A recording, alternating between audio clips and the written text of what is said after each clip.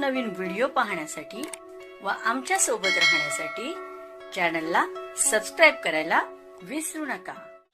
तर बघा काय माहिती आहे, पेन्शन धारकांना नवीन वेतन आयोगामध्ये मोठा दिलासा मिळणार आहे।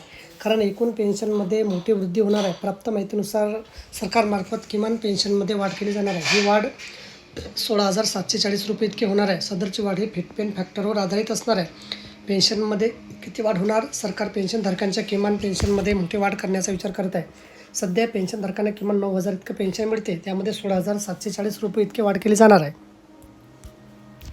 यामध्ये किमान पेन्शन वाढून 25,740 रुपये इतके होण्याची शक्यता आहे। सदर वाढ ही फिटमेंट फॅक्टरवर आधारित असणार आहे। यामध्ये मागे भत्ता देखील अंतर्भाव असणार आहे। त्यामुळे पेन्शनधारकांना नवीन वेतन आयोगामध्ये मोठा आर्थिक दिलासा मिळणार आहे।